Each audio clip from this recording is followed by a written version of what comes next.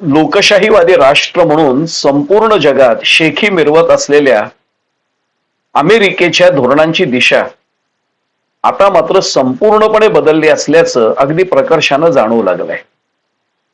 विशेषतः अमेरिकेच्या राष्ट्राध्यक्षपदी पुन्हा निवड झाल्यानंतरच्या आपल्या दुसऱ्या राष्ट्राध्यक्षपदाच्या कार्यकाळात डोनाल्ड ट्रम्प यांनी आत्यंतिक आक्रमक स्वरूपाचं आणि अगदी स्पष्ट शब्दात सांगायचं झालं तर हुकुमशाहीवादी प्रवृत्तीचं आणि थोडस साम्राज्यवादी आणि विस्तारवादी प्रवृत्तीचं धोरण हे जाणीवपूर्वक अंगीकारलंय हे जगाच्या लक्षात आलंय. आणि ते असा उल्लेख जर आपण केला तर ती बाब मुळीच अप्रस्तुत ठरणार नाही, किंबहुना अतिशयोक्तीची तर मुळीच ठरणार नाही.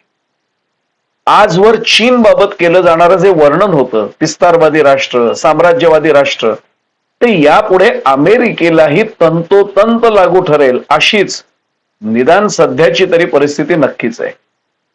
एक विस्तारवादी देश अशीच चीनची प्रतिमा संपूर्ण जगासमोर आहे.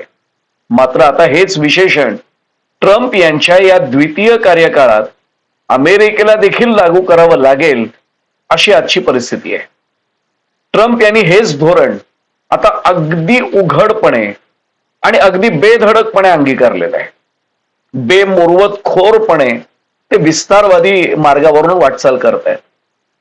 व्हेनेझुएलावर केलेल्या हल्ल्यानंतर थांबण्याऐवजी ट्रम्प यांनी आता अगदी नजीकच्या भविष्यात अन्य काही राष्ट्रांच्या बाबतीत देखील असंच अत्यंत आक्रमक धोरण अंगीकारण्यात येईल असे अत्यंत सुस्पष्ट संकेत आपल्या सगळ्या विधानांमधनं, आपल्या समाज माध्यमांवरच्या पोस्टमधनं जगाला दिलेत. आणि त्यामुळेच खरं तर आता हा विषय अगदी नव्यानं पुन्हा एकदा चर्चेच्या केंद्रस्थानी आलेला आहे.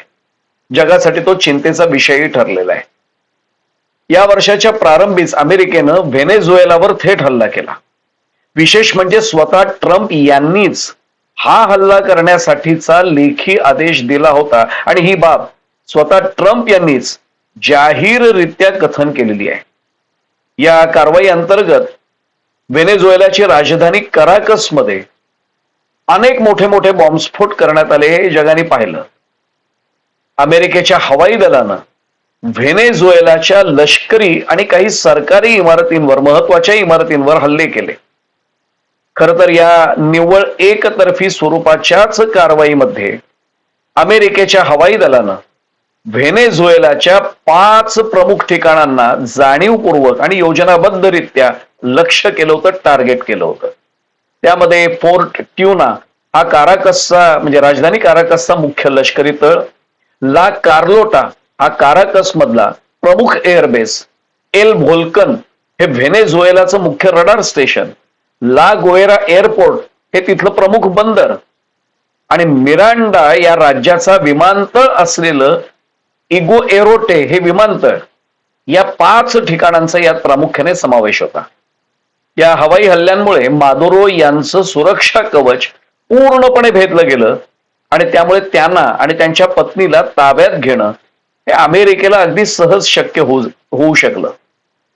ट्रम्प यांच्याच आदेशानुसार अमेरिकेकडून करण्यात आलेली ही एकतर्फी कारवाई म्हणजे आंतरराष्ट्रीय संकेतांचं, ज्याला इंटरनॅशनल कन्व्हेन्शन असं म्हणतात, या संकेतांचं अगदी उघडपणे उल्लंघन असल्याचं अगदी निर्विवादपणे स्पष्ट झालंय. अगदी संयुक्त राष्ट्र संघाने देखील ते मत व्यक्त केलंय. अर्थात व्यक्तिशः ट्रम्प यांना मात्र ह्याबाबत काहीही अयोग्य वाटलेलंच नाहीये. उलट त्यांनी या कारवाईचं अत्यंत आक्रमकपणे आणि जोरदारपणे समर्थनच केलेलं आहे. नार्को टेररिझम, कोकेनच्या आयातीचा कट रचणे, स्वयंचलित शस्त्रास्त्रे आणि विध्वंसक उपकरणांचे बेकायदेशीर धारक असणे असे अत्यंत गंभीर आरोप अमेरिकेच्या न्याय विभागाकडनं, जस्टिस डिपार्टमेंटकडनं मादुरो यांच्यावर यापूर्वीपासूनच करण्यात आलेले आहे. मादुरो यांनी विदेशी स्वरूपाच्या अनेक दहशतवादी संघटनांची हातमिळवणी केली असून हे सर्व गट अमेरिकेत आणि अर्थातच अमेरिकेच्या म्हणण्यानुसार जगभरात अंमली पदार्थ आणि हिंसाचार योजनाबद्धरित्या पसरवत असल्याचा गंभीर आरोप अमेरिकेनं यापूर्वीही मादुरो यांच्यावर ठेवला होता, आजही तो कायम ठेवलेला आहे.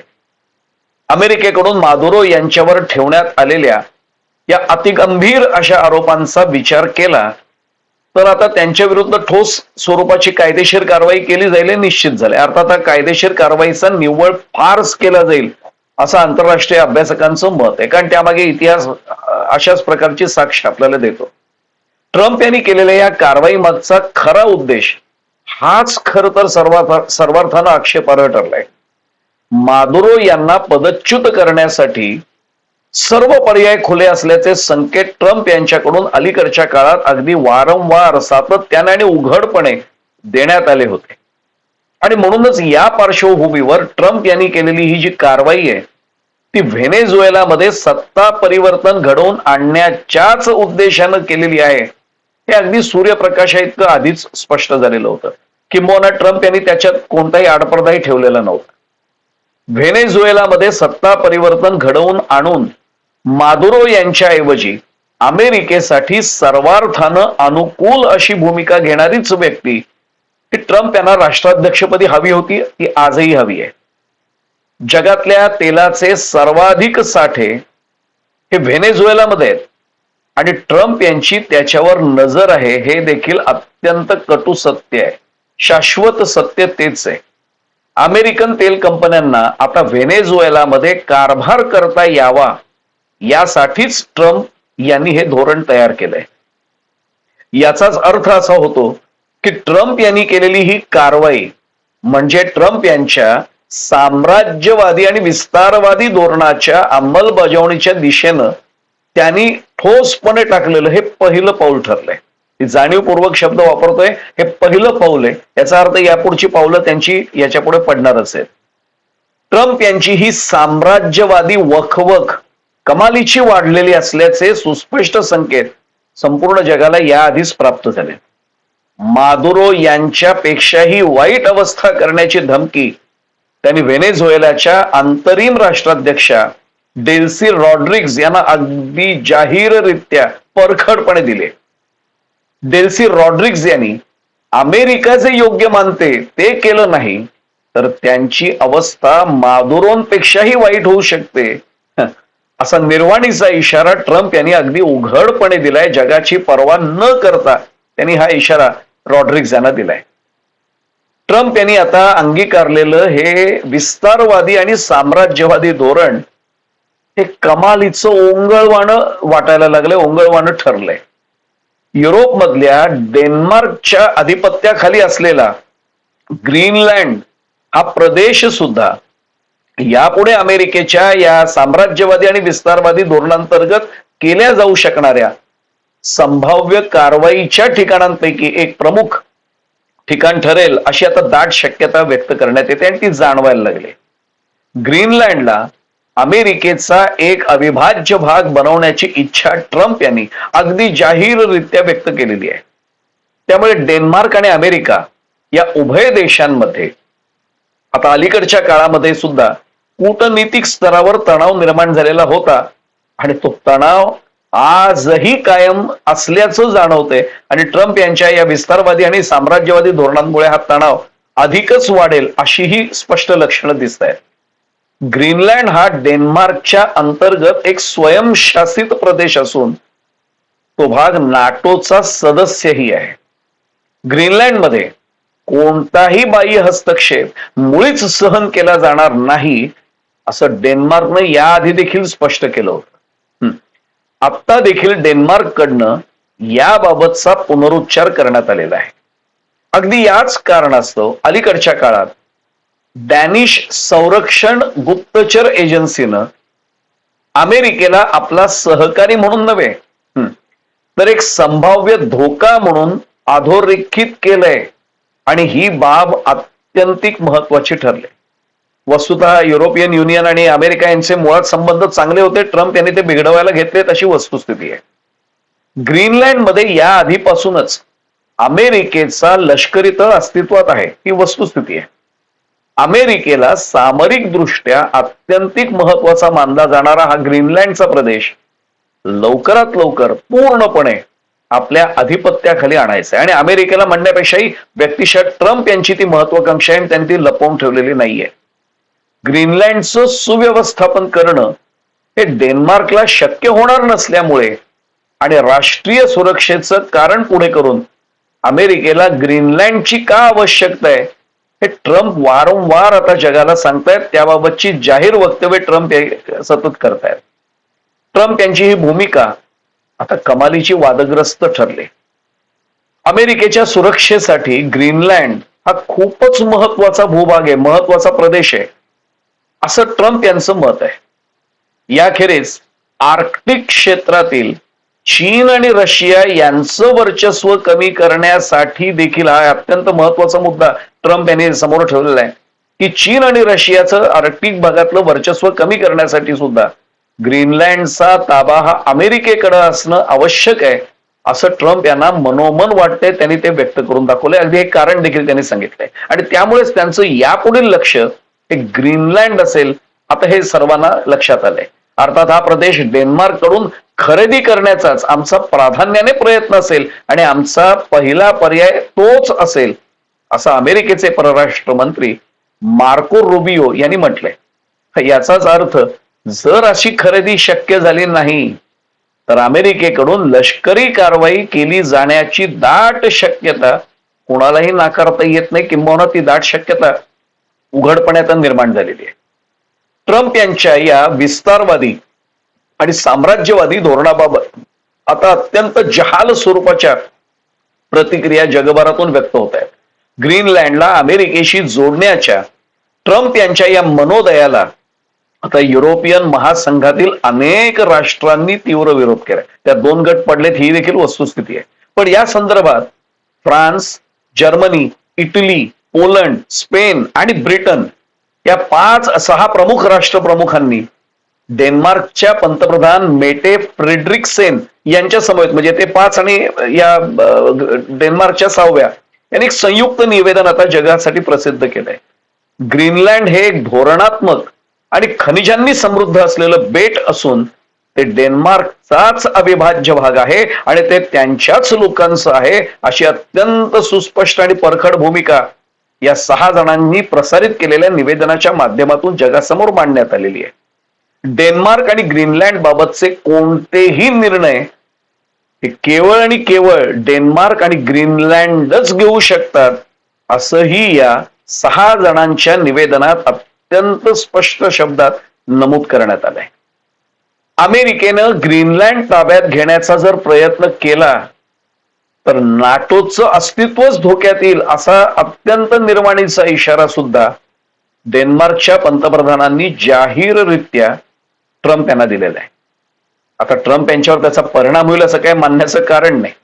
व्हेनेझुएलामधील कारवाईनंतर आता इराण हा देखील ट्रम्प यांचं एक प्रमुख लक्ष म्हणजे टार्गेट असणारा पुढील देश असू शकतो अशी आजची परिस्थिती आहे. तशी दाट शक्यता वर्तवण्यात येते. किंबहुना ही ध्वनिचित्रफीत प्रसारित होईपर्यंत इराणवर हल्ला झालेला नसेल ना अशी भीती व्यक्त करण्यात येते. त्यामागील कारणही सहज समजण्यासारखं आहे.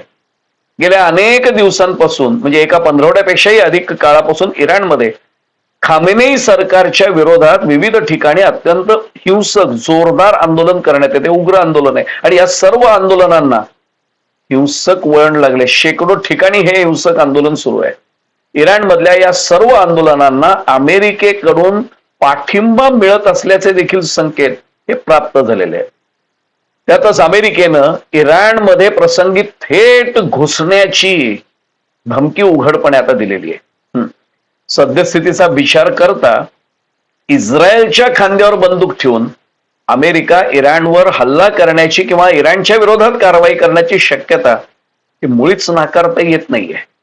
यामुळेच अशा संभाव्य कारवाईचा विचार करून इराणचे सर्वोच्च नेते अली खामेनेई यांनी प्रसंगी म्हणजे अगदी आवश्यकता निर्माणच झाली असा हल्ला झालाच तर आपल्या संपूर्ण परिवारासह रशियात आश्रय घेण्याची पर्यायी योजनाही तयार ठेवली असल्याची चर्चा सध्या जगभरात ऐकू येते. अजून तशी परिस्थिती आलेली नाही, पण जर अशी परिस्थिती आली तर खामेनेई त्या तयारीमध्ये नक्कीच आहे. मुळातच अमेरिकेच्या व्हेनेझुएला मधल्या कारवाईनंतर लॅटिन अमेरिकेतील देशांमधला तणाव खूपच वाढलाय. त्यातही कोलंबियाचे राष्ट्राध्यक्ष गुस्तावो पेट्रो यांना ट्रम्प यांनी अगदी जाहीररित्या धमकी दिलेली आहे. ट्रम्प हे कुठलाच मुलाहिजा ठेवत नाहीत, कोणाची भाडबीड ठेवत नाहीये. विशेष म्हणजे अगदी मादुरो यांच्याप्रमाणेच गुस्तावो पेट्रो यांनीही हिम्मत असेल तर आपल्याला कोलंबियामध्ये येऊन अटक करून दाखवावी ट्रम्प यांनी, असं ट्रम्प यांना अगदी खुलं आव्हानच दिलंय. मादुरो यांनी हेच आव्हान दिलं होतं आणि नेमकं पेट्रो पण तेच आव्हान देत आहे. त्यामुळे आता ट्रम्प यांनी अगदी नजीकच्या भविष्यात व्हेनेझुएला प्रमाणे जर कोलंबियामध्ये देखील अगदी तशीच कारवाई केली किंवा तत्सम अन्य कुठली दुसरी कारवाई केली तर त्यात कोणालाही आश्चर्य वाटण्याचं काहीच कारण नाही. मात्र अमेरिकेनं कोलंबिया किंवा आसपासच्या प्रदेशांवर हल्ला केल्यास त्याचे फार गंभीर परिणाम होतील असं गुस्तावो पेट्रो यांनी ट्रम्प यांना देखील जाहीररित्या बजावलंय. जर अमेरिकेनं बॉम्बफेक केली, बॉम्बचा वापर केला तर लहान गावामध्ये वास्तव्य करणारे जे शेतकरी आहेत ते आपल्यात शस्त्र घेऊ शकतात, शस्त्र उचलू शकतात आणि मग डोंगराळ भागांमध्ये गनिमी युद्ध, गुरेला वॉर असं त्यांनी शब्द वापरला, हे होऊ शकतं असाही इशारा पेट्रो यांनी ट्रम्प यांना दिलाय. म्हणजे आम्ही एकतर्फी कारवाई नुसते सहन करू असं समजू नका, असं त्यांनी ट्रम्प यांना जणू काही बजावलंय. ट्रम्प यांनी लॅटिन अमेरिकेतल्या कोलंबिया प्रमाणेच मेक्सिको आणि क्युबा या अन्य राष्ट्रांना देखील संभाव्य कारवाईबाबतचा गंभीर इशारा जाहीररित्या दिला. या सर्व देशांवर ड्रग्सच्या तस्करीसारखे म्हणजे अगदी मादुरो यांच्यावर ठेवले होते तशाच प्रकारचे आरोप ठेवण्यात आले असले तरी ते केवळ निमित्त आहे, ते कारण पुढे केलेलं आहे. त्या देशांमधून अमेरिकेला होणाऱ्या संभाव्य लाभांकडे लक्ष ठेवूनच ट्रम्प यांनी आपलं हे आक्रमक धोरण आखलं असल्याचं स्पष्टपणे सर्वांच्या लक्षात येते, ते जाणवते. ट्रम्प यांनी ही साम्राज्यवादी विस्तारवादी भूमिका घेऊन आखलेलं हे जे धोरण आहे ते नजीकच्या भविष्यात जगासाठी तर आहेच आहे, पण अमेरिकेसाठी देखील कमालीचं त्रासदायक आणि हानिकारक ठरू शकतं अशी भीतीही आता स्पष्टपणे जाणवू लागली. म्हणजे हे अमेरिकेला परिणाम भोगावे लागणार नाही असं समजूच नका. आधीच रशिया युक्रेन युद्धाच्या पार्श्वभूमीवर अमेरिका आणि युरोपीय महासंघामध्ये तीव्र मतभेद निर्माण झालेत, किंबहुना दरीच निर्माण झाले. आणि आता त्या ट्रम्प यांच्या या साम्राज्यवादी आणि विस्तारवादी धोरणामुळे अधिकच भर पडेल. ट्रम्प यांचा साम्राज्यवाद अमेरिकेसाठी खूप त्रासदायक ठरू शकतो, हे पुन्हा पुन्हा सांगतोय. पूर्वीच्या द्विध्रुवीय म्हणजे बायपोलर अशा जगाचं स्वरूप बदलून ते आता बहुध्रुवीय म्हणजे मल्टीपोलर झालंय. आणि त्यामुळेच ट्रम्प यांची साम्राज्यवादी वकवक ही जगाला तापदायक आणि अमेरिकेसाठी हानिकारक ठरेल असं जर म्हटलं तर ते अप्रस्तुतही ठरणार नाही आणि अतिशयोक्तीचंही ठरणार नाही. अर्थात ट्रम्प यांना याची जाणीव आहे असं मानण्याचं मुळीच कारण नाही. ट्रम्प हे कोणताही आडपडदा न ठेवता काहीही बोलत राहतात, किंबहुना फार दूरचा विचारही ते करत नाहीत असंच दुर्दैवाने अनेकदा जाणवतं, अनुभवाला येतं. त्यामुळे आता ट्रम्प नेमकं काय करतात, आता त्यांचं पहिलं लक्ष इराण असेल का ग्रीनलँड असेल का कोलंबिया असेल का अन्य क्युबा सारखा देश असेल, हे देखील सर्वांच्या ज्याला आपण काय म्हणू सर्वांच्या उत्सुकतेचा हा विषय ठरलाय. आणि म्हणून ट्रम्प नेमकं काय करतात, त्यांचा साम्राज्यवाद, त्यांचं साम्राज्यवादी धोरण हे जगाला आणखीन किती खड्ड्यात लोटतं एवढंच फक्त आता सर्वांसाठी पाहणं हे औत्सुक्याचं ठरलंय, किंबहुना हाच संपूर्ण जगासाठी आता चिंतेचा विषय ठरलाय असं नाईलाजाने म्हणावं लागतं.